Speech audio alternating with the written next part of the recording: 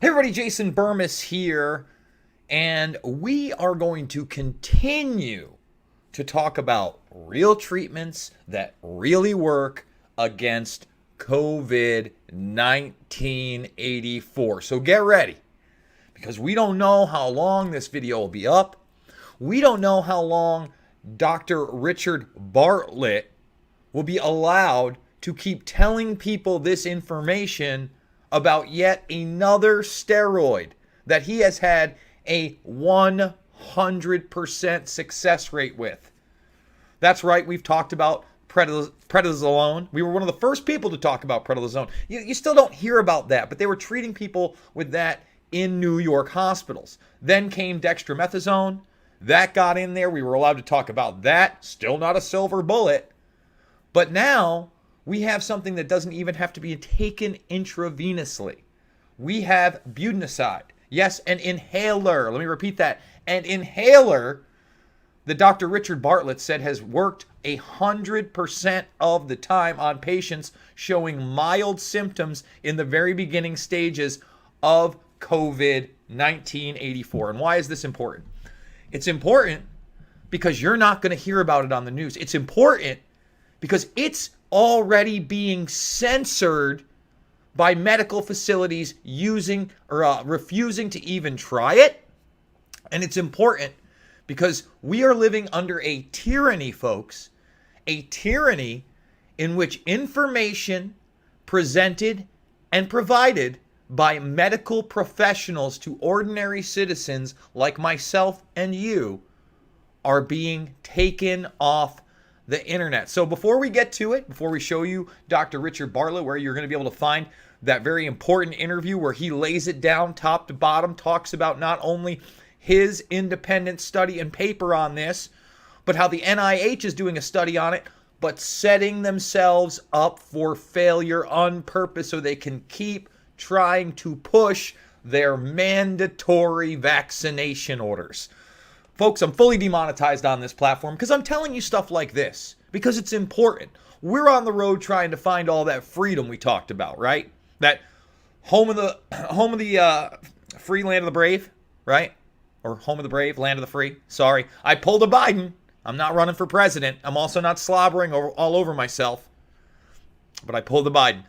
$5, $10, $15. It means the world to me. Big donors, I need you now more than ever. And remember, guys, all my stuff is free. You can check out all my documentary films over on the playlist section under documentaries. Loose Change, Final Cut, Fabled Enemies, Invisible Empire, A New World Order Defined, and Shade the Motion Picture. Shade the Motion Picture, extremely important. And I'm going to have my co-writer and director on tomorrow, I believe at noon Eastern Time, Shepard Ambellis, to not only talk about Shade, but to talk about the current pandemic. All right, let's get into it. Make sure you thumbs this video, subscribe, and share. So, this video right here that you're looking at has over 1 million hits.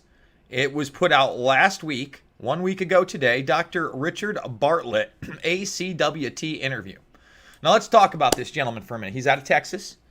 He says that not only has this treatment worked, but he talks about the mutation of coronaviruses. He talks about how the influenza vaccine doesn't really work on a successful level of, he says, more than 40%. The CDC's own numbers for influenza A and B this year, 2019, 2020, say 47% max. And he hits point after point after point that we hit. And why do I think he's going to be censored? Number one, it's a week later and no one's talked about this. Number two, MMH will not be testing budesonide treatment. No. It works. We can't treat it with that. No. Kill the old people. Kill the people with pre-existing conditions. Shh, until we get a vaccine. That doesn't even work. I mean, this is where we're living. This is where we're living here in America with a K. We got contact tracing forces, the new brown shirts, a reality, folks. And it upsets me. He talks about coverage tonight on a controversial COVID-19 treatment. For some reason, that one, this website right here, just keeps doing that to me. But we're going to play it then. You know, it wants to start up. Maybe it's time to start it up. So despite the fact that they're trying to censor him, they don't want to use his treatment. He's put out all the red flags. You can't have somebody by your side to speak on your behalf because you have been quarantined. We talked about that from the beginning. It's scary. So what we're going to do is play this news clip of actual patients who actually got diagnosed with COVID-1984. Some of them have actual comorbidities, including cancer. And guess what? His treatment actually worked. Continuing coverage tonight on a controversial COVID-19 treatment. The inhaled steroid budesonide is being hailed by West Texas Dr. Richard Bartlett as a silver bullet to treat COVID-19. Midland Memorial Hospital isn't convinced, telling us yesterday there's no such thing as a silver bullet for the virus. But Bartlett's patients credit the treatment for saving their lives. Sammy Steele caught up with a few of those patients today. Sammy, what did they tell you? Crystal, Dr. Bartlett says he's treated well over a dozen COVID patients and has had 100% success rate. He's even treated patients like the ones I talked to who have pre-existing conditions. Oh, the pre-existing conditions we're all worried about, right? And make no mistake about it, he was very real in that interview. He said about, look, 20% of the cases where they're symptomatic, yeah, this could kill you. Absolutely. Okay? This could kill you if not treated correctly. When it comes to COVID-19, Kathy Lawler and Eric Rodriguez are at risk. 48 years old, I'm diabetic. I'm a bit overweight. I am in my 60s, which is already a strike against me. And I am living with 2 different types of non-Hodgkin's lymphoma. In fact, I'm on daily chemo. When they were diagnosed with the virus, they both thought worst case scenario. Scared, desperate, fearful. I started thinking about my children without a father. Rodriguez. Fear. Fear. Fear. Fear. Fear. Fear. Fear. Do you get it? Do you understand what this is? And Bartlett talked about this, how they're keeping us in a constant state of fear, where nations like Taiwan, with 24 million people, have taken care of it. Japan has taken care of it. And they're not worried about a mandatory vaccination. But for some reason, we want to go with the Chinese model. Oh, but China's the enemy. Weird. Lost his 31-year-old brother to the virus in June.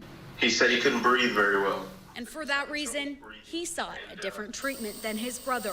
He started taking budesonide twice a day. I think the difference is life and death right now. I feel fantastic. As for Lawler, well, she believes it would have been a different outcome if it weren't for Dr. Bartlett's regimen. And I fully believe that by the time they decided I was COVID positive, had I waited on treatment, I would have been in the hospital on a ventilator. Trying the budesonide, I could tell improvement. I could feel that something was changing. Wasn't miracle. It wasn't that I was all of a sudden healed. I could just feel improvement. Dr. Bartlett tells me budesonide works well if COVID is diagnosed early. He also adds that he is not taking any additional patients. Instead, he asks for people to see their own physician and ask if budesonide would work for them. Reporting in Midland, I'm Sammy Steele. Back to you, Crystal. And I got to tell you, More details on Dr. Bartlett's treatment. I was contacted by a buddy. He got the positive diagnosis. Now, whether it's a real positive or a non-real positive, he did one of the mail-in tests. He came back positive. He lives in Florida. I don't know if he wants me to say his name, so I'm not going to. But he was talking to me about it, and I said, listen, man, you want the steroids. If you end up actually getting sick and going to a hospital, demand the steroids. He's like, what do you mean? How do I get the steroids? And I go, look, man, number one, you're young. You're younger than I am. I don't think you're going to the hospital. okay? You seem to be mostly asymptomatic. If it gets worse and you end up having to go there, you demand the steroids, and if they don't want to give them to you, you fucking leave.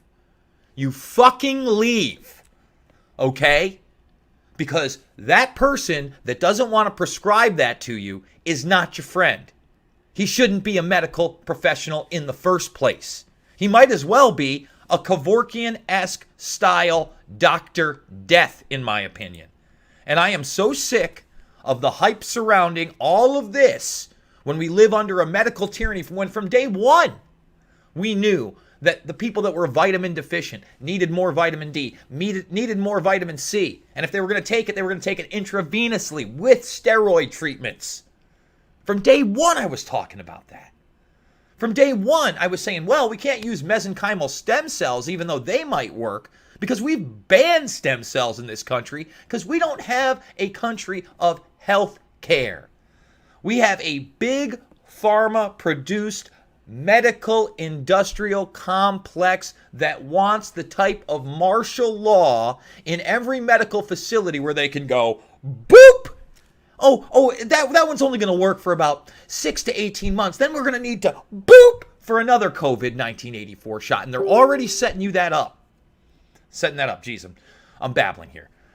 I get a text yesterday from my ex all about how this isn't going away and they're preparing everybody for the new normal and to live with this for years. And I'm like, fuck that.